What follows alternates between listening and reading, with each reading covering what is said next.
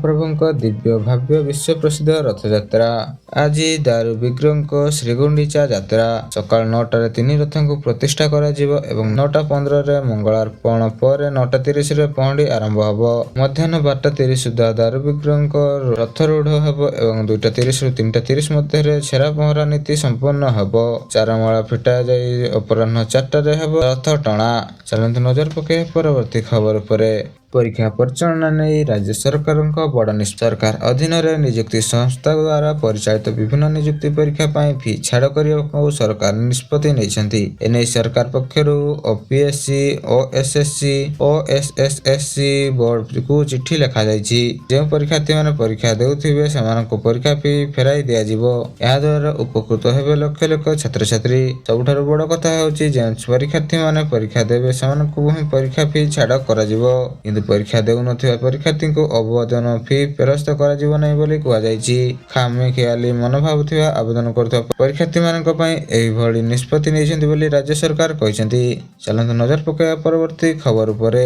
ବଙ୍ଗୋପସାଗରରେ ସୃଷ୍ଟି ହେଲା ଲଘୁଚାପ। ଉତ୍ତର ଓଡ଼ିଶା ପଶ୍ଚିମବଙ୍ଗ ଉପକୂଳରେ ଲଘୁଚାପ ସକ୍ରିୟ। ଘୂର୍ଣ୍ଣିବଳୟ ପ୍ରଭାବ ସୃଷ୍ଟି ହେଲା ଲଘୁଚାପ। ଏହା ପଶ୍ଚିମ ଉତ୍ତର ପଶ୍ଚିମ ଦିଗରେ ଗତି କରିବ। ପ୍ରଭାବରେ ଉତ୍ତର ଓଡ଼ିଶାରେ ପ୍ରବଳ ବର୍ଷା ହେବା ସମ୍ଭାବନା ରହିଛି। ଆସନ୍ତା 12 ଘଣ୍ଟାରେ ଲଘୁଚାପ କ୍ଷେତ୍ର ସୃଷ୍ଟି ନେଇ ସତର୍କ କରାଇଛି ପାଣିପାଗ ବିଭାଗ। ଲଘୁଚାପ ପ୍ରଭାବରେ 4ଟି ଜିଲ୍ଲା 3 ଦିନ ପ୍ରବଳ ବର୍ଷା ନେଇ ସତର୍କ ସୂଚନା ଜାରି କରିଥିବା ବେଳେ ସୁନ୍ଦରଗଡ଼, ସମ୍ବଲପୁର, କେନ୍ଦୁଝର, ମୟୂରଭଞ୍ଜରେ ପ୍ରବଳ ବର୍ଷା ହେବ ନେଇ କୁହାଯାଇଛି। ବିଜୁଳି ଘଡ଼ଘଡ଼ି ସହ ଅତି ପ୍ରବଳ ବର୍ଷା ନେଇ ସତର୍କ ସୂଚନା ଜାରି କରିଥିବା ବେଳେ ଆଞ୍ଚଳିକ ପାଣିପାଗ ବିଭାଗ କେନ୍ଦ୍ର ପକ୍ଷରୁ 4 ଜିଲ୍ଲାକୁ ଅରେଞ୍ଜ ୱାର୍ଣ୍ଣିଂ ଜାରି କରାଯାଇଛି। ମୟୂରଭଞ୍ଜ, କେନ୍ଦୁଝର, ସମ୍ବଲପୁର ଓ ସୁନ୍ଦରଗଡ଼ରେ ପ୍ରବଳ ଅତି ପ୍ରବଳ ବର୍ଷା ହୋଇପାରେ। ଏହିସବୁ ଜିଲ୍ଲାକୁ ଅରେଞ୍ଜ ୱାର୍ଣ୍ଣିଂ ଜାରି ହୋଇଥିବା ବେଳେ ଭଦ୍ରକ, କେନ୍ଦ୍ରାପଡ଼ା, ଯାଜପୁର, ଢେଙ୍କାନାଳ, ଅନୁଗୁଳ, ଦେବଗଡ଼, ଝାରସୁଗୁଡ଼ା ଓ ବରଗଡ଼ ଜିଲ୍ଲାରେ ପ୍ରବଳ ବର୍ଷା ପାଇଁ ୟେଲୋ ୱାର୍ଣ୍ଣିଂ ଜାରି କରିଛି ପାଣିପାଗ ବିଭାଗ। ଏହା ସହ ଅନ୍ୟ ଜିଲ୍ଲାକୁ ମଧ୍ୟ ୟେଲୋ ୱାର୍ଣ୍ଣିଂ ଜାରି କରିଥିବା ବେଳେ ଆସନ୍ତା 3 ତାରିଖ ପର୍ଯ୍ୟନ୍ତ ବର୍ଷା ଚେତାବନୀ ଦେଇଛି ଭାରତୀୟ ପାଣିପାଗ ବିଭାଗ। ଚାଲନ୍ତୁ ନଜର ପକାଇବା ପରବର୍ତ୍ତୀ ଖବର ଉପରେ। ପଶ୍ଚିମବଙ୍ଗ ଦୀଘା ଜଗନ୍ନାଥ ମନ୍ଦିର ପ୍ରସଙ୍ଗରେ ଗତ ଗୁରୁବାର ପ୍ରବଳ ବର୍ଷିଛନ୍ତି ଗୋବର୍ଦ୍ଧନ ପୀଠର ମୁଖ୍ୟ ତଥା ଜଗଦ୍ଗୁରୁ ଶଙ୍କରାଚାର୍ଯ୍ୟ।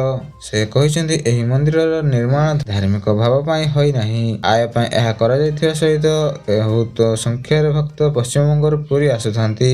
ଏହାକୁ ଦୃଷ୍ଟିରେ ରଖି ପଶ୍ଚିମବଙ୍ଗ ମୁଖ୍ୟମନ୍ତ୍ରୀ ମମତା ବାନାର୍ଜୀ ଜାଣିଶୁଣି ଦୀଘା ଜଗନ୍ନାଥ ମନ୍ଦିର ନିର୍ମାଣ କରିଛନ୍ତି। ଚାଲନ୍ତୁ ନଜର ପକାଇବା ପରବର୍ତ୍ତୀ ଖବର ଉପରେ।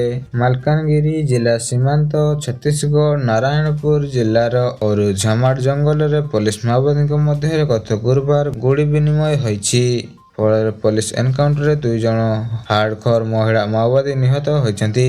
ଡିଆରଜି ଏଟିଏସ୍ ଯବାନଙ୍କ ଅପରେସନରେ ଏହି ସଫଳତା ମିଳିଥିବା ସହିତ ଘଟଣାସ୍ଥଳରୁ ଗୋଟିଏ ରାଇଫଲ, ଗୋଟିଏ 3 ନଟ୍, 3 ବନ୍ଧୁକ ଏବଂ ବିପୁଳ ପରିମାଣରେ ମାଓବାଦୀ ବିସ୍ଫୋରଣ ସାମଗ୍ରୀ ଜବତ କରିଛି ସୁରକ୍ଷା କର୍ମୀ।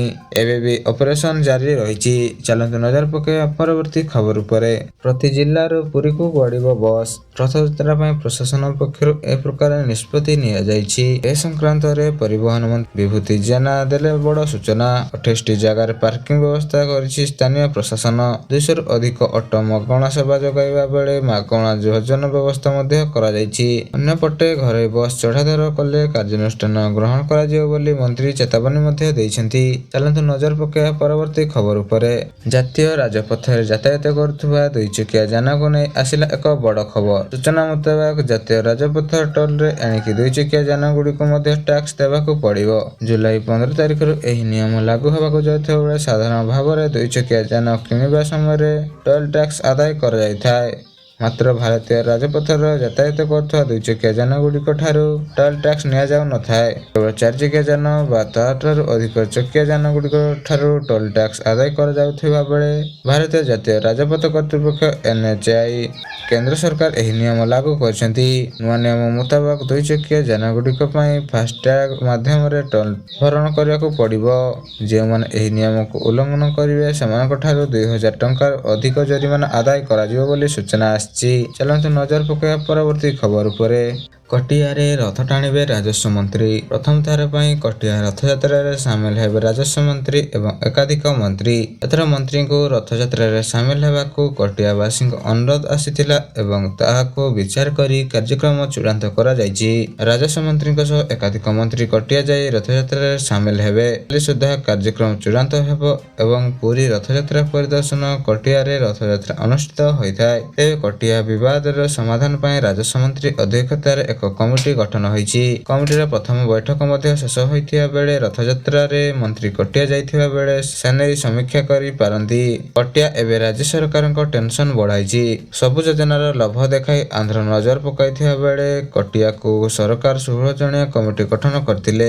ଜୁନ୍ 3 ତାରିଖରେ କମିଟିର ପ୍ରଥମ ବୈଠକ ବସିଥିଲା। ରାଜସ୍ୱ ମନ୍ତ୍ରୀ ସୁରେଶ ପୂଜାରୀ ଅଧ୍ୟକ୍ଷତାରେ 16 ଜଣ କମିଟି ଏକାଠି ବସି ଆଲୋଚନା କରିଥିଲେ ଏବଂ କଟିଆର ଆନ୍ଧ୍ର ଲୋଭନୀୟ ସ୍କିମ୍ ଗୁଡ଼ିକ ମାତ୍ ଦେବାକୁ ସ୍ୱତନ୍ତ୍ର ଖସଡ଼ା କରିବାକୁ ରାଜ୍ୟ ସରକାର ଚେଷ୍ଟା କରିଥିଲେ।